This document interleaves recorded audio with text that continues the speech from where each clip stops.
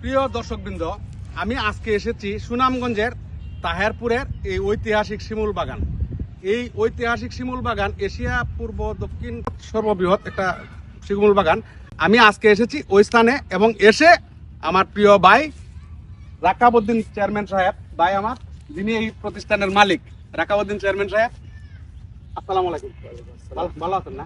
ভালো আছে। ওই আপনি এই যে বাগানটা করলেন, এটা আসলে কিসের মানে ইয়াতে উদ্বুদ্ধতা কিভাবে, মানে আপনার মানে প্রথম উৎসাহ কিভাবে জন্মেছিল? এই বাগানটা আসলে আমার বাবা বিশিষ্ট দানবীর এবং শিক্ষানবী আলহাজ জেনারেল সাহেব উনি করেছেন। প্রাক্তন চেয়ারম্যান ছিলেন উনি, না? এই 2000 সালে যখন টাঙ্গার হাওড় নিয়ে গেল রামাসায়, টাঙ্গার হাওড়ে যে ইজল করজ গাছ, এটা আমার বাবাই রোপণ করেছে নদীর পাড়ে পাড়ে একেবারে। এটা আমার একমাত্র আমার বাবার দাবিদার। এবং এই টাঙ্গার হাওড়ের ইজল করজ গাছ লাগানোর পরে উপজেলা প্রশাসন কৃষি ইয়া থেকে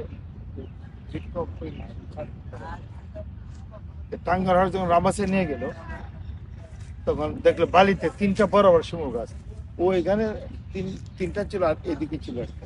তখন বাবা ভাবলো কি বালিতে শিমুল গাছ, তাহলে উনি গাছ হবে হবে ভাবছে। তখন জায়গা ক্রয় করা শুরু করছে, কিন্তু এটা 25 একর জায়গা করেছে। করার পরে শিমুল গাছ চারা বিভিন্ন মধ্যে সংগ্রহ করলো এবং কিছু বিচি দিয়ে সে চারা সৃষ্টি করলো। করার পরে সুচারুভাবে যেদিকে তাকাবে সেদিকে এমন ভাবে বাগান গাছগুলো ইয়ে করছে, রোপণ করেছে। এটা আনুমানিক কতদিন আগে করছিল? 2003 সালে করেছে। 2003 সন, এটা হলো 2025 সন। হ্যাঁ, মানে 22 বছর আগে হলো স্থাপনা, আজকে হলো একটা বিশাল বিশাল একটা পার্কে পরিণত হয়েছে, না?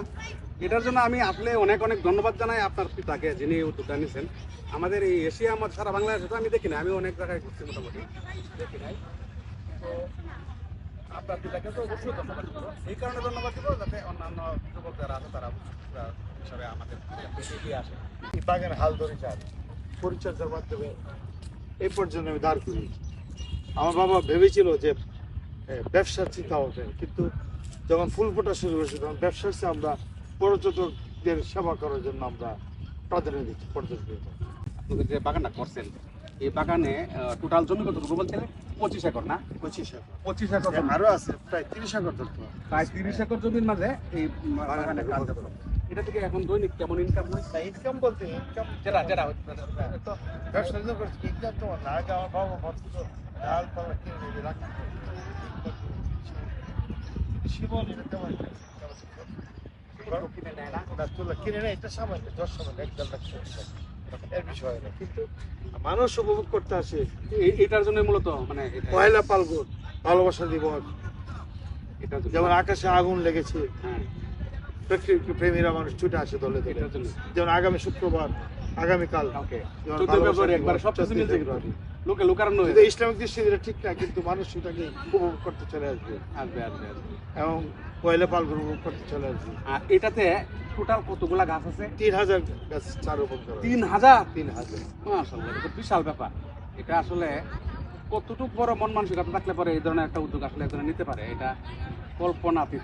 আসলে বাগানটা খরচ 3 মোহনের মাঝে। এদিকে পাহাড় মেঘালয়, একদিকে মেঘালয়, মেঘালয়। শিলংয়ের একটা অংশ, একদিকে মাহারাম নদী, আমার আর এদিকে জাদুঘর নদী। মেঘালয়ের রাজ্য, মানে ভারতের একটা অংশ। আর এক অংশ হলো আমাদের বাংলাদেশের ভূখণ্ড, সুনামগঞ্জ জেলার তাহেরপুর উপজেলায়। আমার ধারণা, আমার বিশ্বাস, কিছুদিন পরে হলেও আপনারা যদি এটা ট্রাই করেন, হইতে পারে গিনিস বুক ওয়ার্ল্ডে নাম আসতে পারে। কিন্তু একটু ট্রাই করতে হবে, এটার একটা প্রক্রিয়া আছে, বিস্তারিত প্রক্রিয়াটা আমার জানা নাই। আমাদের বাংলাদেশ থেকে অনেক অনেক বিষয় কিন্তু গিনিস বুক ওয়ার্ল্ডে নাম লেখা আছে, এটাতেও সম্ভব আমার কাছে মনে হয়। আমার এই লাইভ দেখতেছেন, ভিডিও দেখতেছেন, দেশে এবং প্রবাসে যে যেখান থেকে দেখবেন, সকলে শেয়ার করে দিবেন। এই তথ্যটা কিন্তু কেউ জানতো না, এত বড় একটা শিমুল বাগান, কতগুলা গাছ রয়েছে, কে করেছিল, কে এর উদ্যোক্তা, কে প্রকৃত মালিক এবং বর্তমানে কে দেখাশোনা করতেছে, এটাই যে আপনারা জানলেন। সুন্দর একটা মানে সিনারিটা করছে। অসংখ্য অসংখ্য ধন্যবাদ সাথে থাকার জন্য। ধন্যবাদ চেয়ারম্যান সাহেব আপনাকে। ভালো লাগলো আপনাকে আসলে পাওয়া যাবে আমি চিন্তা করেছিলাম না কিন্তু।